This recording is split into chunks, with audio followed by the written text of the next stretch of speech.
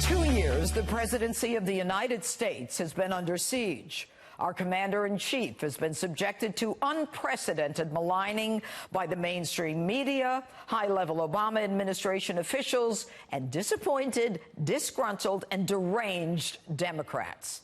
It's as though the White House is an ancient walled city with barbarians storming the gate, looking to annihilate the outsider beholden to no one. The American people put in that house in 2016. The radicals have been resisting and salivating at the chance to get revenge for their 2016 loss. First, he was an illegitimate president. Then Russia, Russia, Russia, Stormy Daniels, taxes, and now the ultimate revenge, an attempt to impeach a president of the United States. For what? He broke the law. The president was guilty of a cover-up before anyone even saw a transcript. The President of the United States and his actions in a telephone call with a head of state betrayed his oath of office, our national security, and the integrity of our elections. I think what the DNI did was broke the law. The president has been engaged in a cover-up all along. Why wait for a transcript of the hearing? Let's just take him down. Nancy didn't need direct knowledge. Partisan hearsay was good enough for her. Let the impeachment begin. The crime, they say, is that our president spoke to the president of Ukraine and asked a favor, quote, to find out what happened with the whole situation in Ukraine. CrowdStrike. Meddling in the 2016 election. How dare he? But America has been struggling for almost 3 years with that very issue. That's what the Mueller investigation that came up with nothing was all about. So let me see if I get this straight. The Democrats can investigate meddling, but the president, the chief executive of this nation, cannot?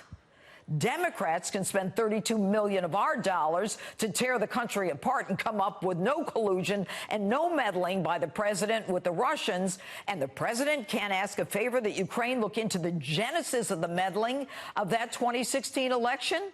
Really? He can't find out what Ukraine's role was in terms of the interference in the election?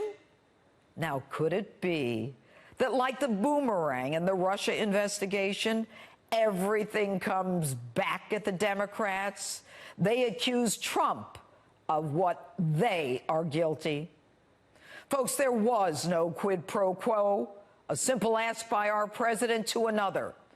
So I'd like you to do a favor, has nothing to do with the later discussion of Joe Biden. So why even discuss Joe Biden, they say? Let's be clear.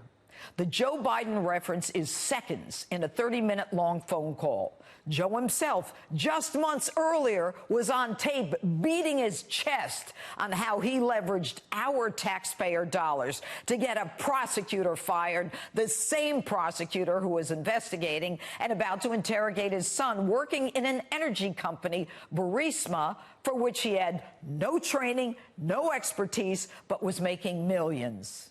And the Democrats all use the crime family mob boss analogy when referring to President Trump. Now, I want you to take a listen to what a real mob boss sounds like.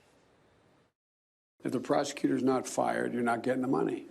Well, son of a bitch. Got fired. My friends, that is a classic quid pro quo. You do this, you get that. You don't do, you don't get. Donald Trump said nothing like quid pro quo Joe did. And yet the Democrats have the unmitigated gall to say Biden didn't mean what he said and Trump meant what he didn't say. And by the way, since when aren't allegations of corruption worth looking into? In fact, there's a treaty between the United States and Ukraine that calls for mutual assistance in criminal matters, signed, in fact, by Bill Clinton, which allows the two countries to request and provide evidence to each other. It creates the legal underpinning to share information about corruption. Joe Biden does not get a pass because he's running for president. There is no such prophylactic because you announce for president. It doesn't give you the right to avoid questions. And whether you are allowed to ask about corruption shouldn't depend upon whether you are Republican or Democrat. Now, according to Adam Schiff, the same guy who tripped himself and anyone else rushing to the front of a camera to claim he had evidence of Russia collusion, we don't need a quid pro quo. Why do we need evidence when we can make this stuff up? The revenge of the Democrats and their attempt to undo a lost election will divide us and continue to tear this country apart, something they've been doing since the outsider was elected. He kept his promise, delivering a soaring economy, safety, security, respect for law and order, and America first. But the Democrats, they're not happy with that. They know they cannot beat him at the ballot box, so they have to impeach him. I'm concerned that if we don't impeach this president, he will get reelected.